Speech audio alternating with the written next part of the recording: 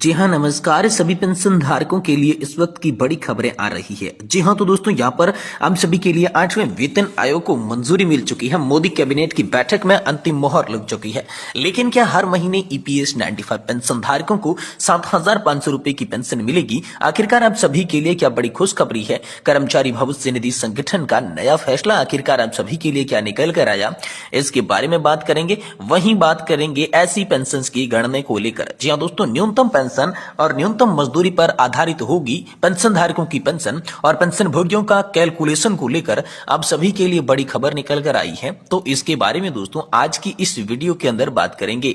साथ ही साथ दोस्तों बात करेंगे पुराने पेंशन योजना और पेंशन प्रकरण बनाए जाने हेतु संभागीय स्तर कार्यशाला का किया गया आयोजन। तो आखिरकार पुरानी पेंशन योजना और पेंशन प्रकरण बनाए हेतु कहां पर जो आप सभी के लिए संभागीय स्तरीय कार्यशाला का आयोजन किया गया, इस कार्यशाला के अंदर पेंशन धारकों और कर्मचारियों के लिए क्या बड़ी खबरें निकल कर आई, इसकी भी दोस्तों जानकारी आज की इस वीडियो के अंदर आप सभी को दी जाएगी। साथ ही दोस्तों बात करेंगे आप सभी के लिए ब्रेकिंग न्यूज है। 18 महीने के डीए एरियर का प्रस्ताव, 1 करोड़ कर्मचारियों की अब होगी मौज, मिलेंगे 2,30,000 रुपए। जी हाँ दोस्तों, सीनियर सिटीजन और पेंशन भोगी इससे लेकर मालामाल हुए हैं।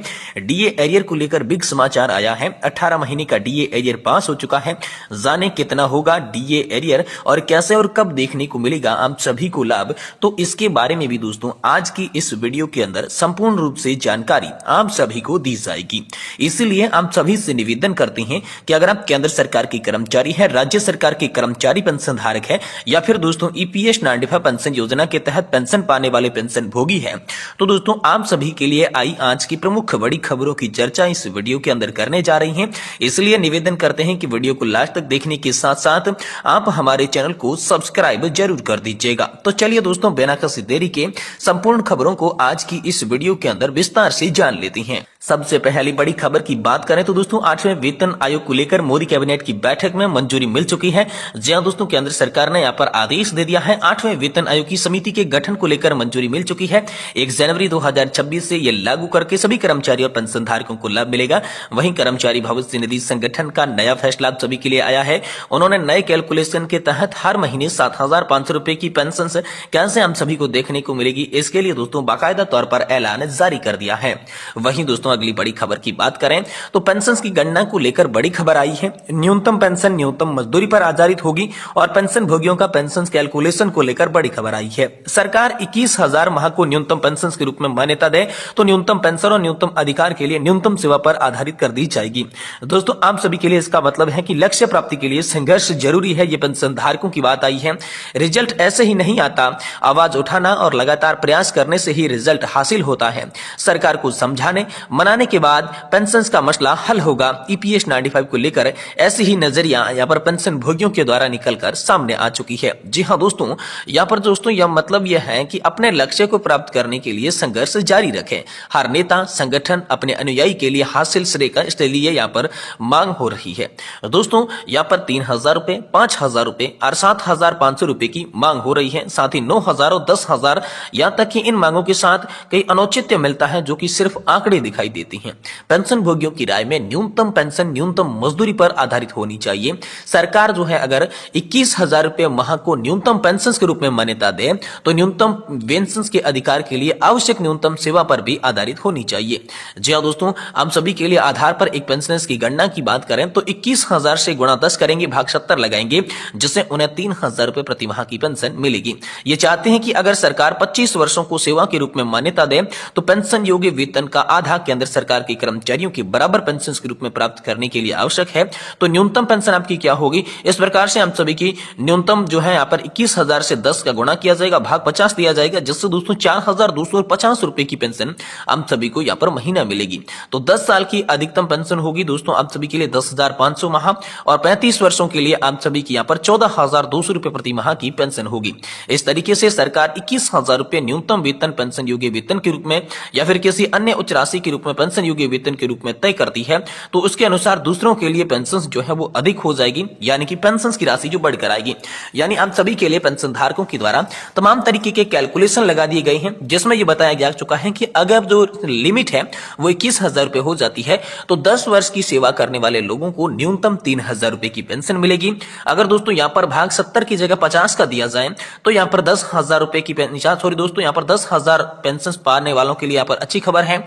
और वहीं दोस्तों यहाँ पर माने कि सेवा को 35 वर्ष कर दिया जाता है तो जो पेंशन है वो यहाँ पर आप सभी के लिए 14,200 रुपए की आ जाएगी। इस प्रकार का दोस्तों नया कैलकुलेशन हाल फिलहाल में सभी पेंशन धारकों के लिए सामने आ चुका है। वहीं दोस्तों ब्रेकिंग न्यूज है, 18 महीने के डीए एरियर का प्रस्ताव पास हो चुका है। 1 करोड़ कर्मचारियों की अब मौज होने वाली है। जी हाँ दोस्तों, केंद्र सरकार के कर्मचारी और पेंशनर्स लंबे समय से यहाँ पर जो है आप सभी के लिए बेसब्री से इंतजार था, इसकी मांग चल रही थी। आखिरकार 18 महीने के डीए एरियर को मंजूरी दे दी गई। यह फैसला लाखों कर्मचारी और पेंशनर्स के लिए राहत भरा साबित होगा, जो कि कोविड-19 महामारी के दौरान डीए रेफरेज के कारण यहाँ पर जो है एक्सचेंज में छूट गए थे। इन एडजस्टमेंट में न केवल कर्मचारियों की जेब में अतिरिक्त पैसा आएगा, बल्कि इसमें इंडस्ट्री को भी गति यहाँ पर जो है मिलने वाली है। महंगाई भत्ता या पेंशन भोगियों की पेंशन में राहत देने के लिए दिया जाने वाला एक महत्वपूर्ण भत्ता है। यह मूल वेतन का निश्चित प्रतिशत के रूप में दिया जाता है, जो हर 6 महीने में संशोधित किया जाता है। डीए एरियर वह राशि होती है जो पिछले समय की मौजूद कर्मचारियों के डीए के रूप में मौजूद मिलती है। कोविड-19 महामारी के दौरान सरकार ने जनवरी 2020 से जून 2021 तक डीए में बढ़ोतरी पर रोक लगा दी थी। अब 18 महीने की अवधि का डीए एरियर कर्मचारियों को मिलेगा। डीए एरियर की राशि कैसे होती है तो दोस्तों जनवरी 2020 से यहाँ पर जो है जून 2020 तक 4% की बढ़ोतरी हुई, जुलाई 2020 से दिसंबर 2020 तक 3% की अतिरिक्त बढ़ोतरी हुई और जनवरी 2021 से जून 2021 तक 4% की बढ़ोतरी हुई। इस प्रकार कुल 11% की डीए बढ़ोतरी का 18 महीनों का यहाँ पर जो है मिलेगा। तो दोस्तों वेतन स्तर पर देखा जाए तो यहाँ पर 18,000 रुपए की न्यूनतम वेतन वालों को करीब 35,000 रुपए मिलेंगे। 56,000 रुपए वेतन वालों को यहाँ पर करीब 1,10,000 रुपए मिलेंगे। वहीं जिनका भी लाख रुपए का वेतन स्तर है तो उन्हें लगभग 2 लाख रुपए दिए जाएंगे और 2.5 लाख वाले वेतन वालों के लिए तकरीबन 5 लाख जो है वो आप सभी के लिए दिए जाएंगे। तो ये डीए एरियर को लेकर आप सभी के लिए हाल फिलहाल में बहुत ही बड़ी खबर निकलकर सामने आ चुकी है। वहीं दोस्तों पुरानी पेंशन योजना और पेंशन प्रकरण बनाए जाने हेतु संभागीय स्तरीय कार्यशाला का किया गया है आप सभी के लिए बड़ा आयोजन। जी दोस्तों, कहां पर आयोजन हुआ है और इससे पेंशन धारकों को क्या फायदा होगा, चलिए बात करते हैं।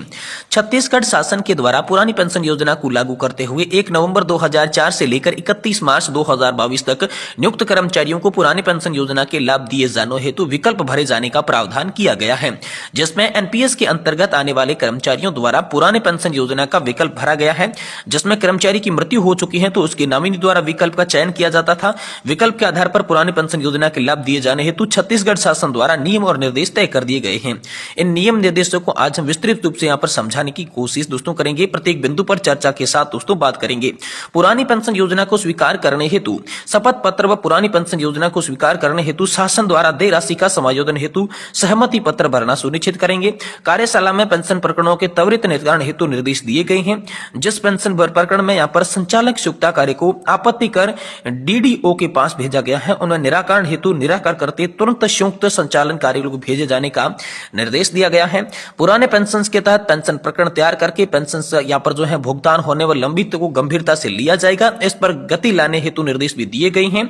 और दोस्तों उन्होंने समस्त डीडीओ से आग्रह किया है कि पुरानी पेंशन योजना के तहत मिलने वाले पेंशन का लाभ अभिदाता को या उसके नॉमिनी को अविलंब प्राप्त होने चाहिए। कार्यशाला में दुर्ग संभाग के जिले से विभिन्न डीडीओ, सहायक ग्रेड और डाटा एंट्री ऑपरेटर इस बैठक में मौजूद रहे थे। तो दोस्तों हम सभी के लिए पुरानी पेंशन योजना और पेंशन प्रकरण बनाए जाने हेतु ये संभागीय कार्यशाला की मीटिंग का आयोजन छत्तीसगढ़ के दुर्ग के अंदर किया गया, जो कि बेहद ही बड़ी खबर आप सभी पेंशन भोगियों के लिए हाल फिलहाल में निकलकर सामने आ रही है।